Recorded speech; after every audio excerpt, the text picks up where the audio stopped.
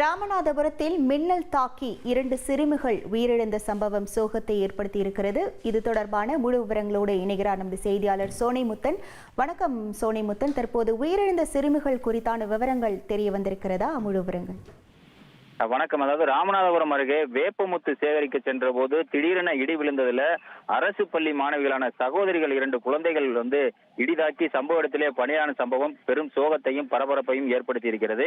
ராமநாதபுரம் மாவட்டம் சத்திரக்குடி அருகே உள்ள அரியகுடி புத்தூர் பகுதியைச் சேர்ந்த தம்பதியினர் நூருல் அமீன், கயர் நிசா இவர்களது மகள்களான செய்யது அஸ்மியா பானு மற்றும் 2வது மகளான சபிகா பானு ஆகிய 2 பேர் சற்று முன்னர் வீட்டுக்கு முன்பாக இருக்கக்கூடிய அந்த வயல்வெளியில பள்ளி விடுமுறை என்பதால வேப்பமுத்து சேகரித்துக் கொண்டிருந்ததாக தெரிகிறது.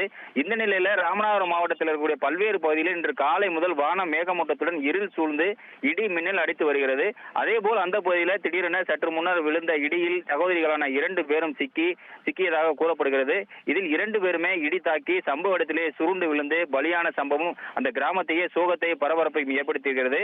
அவர்களது 2 பேரின் உடல்களும் தற்போது ராமநாதபுரம் அரசு மருத்துவமனை கொண்டு வரப்பட்டு உடற்கூறு ஆய்வுக்காக வைக்கப்பட்டுள்ளது. ராமநாதபுரத்தில் ஒரே குடும்பத்தைச் சேர்ந்த 2 சிறுமிகள் இடிதாக்கி உயிரிழந்த சம்பவம் சோகத்தையும் பரபரப்பையும் ஏற்படுத்தியிருக்கிறது.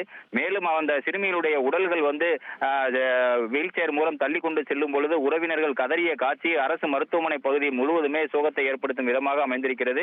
இது குறித்து வழக்கு பதிவு செய்து சத்திரக்குடி போலீசார் விசாரணை நடத்தி வருகின்றனர்.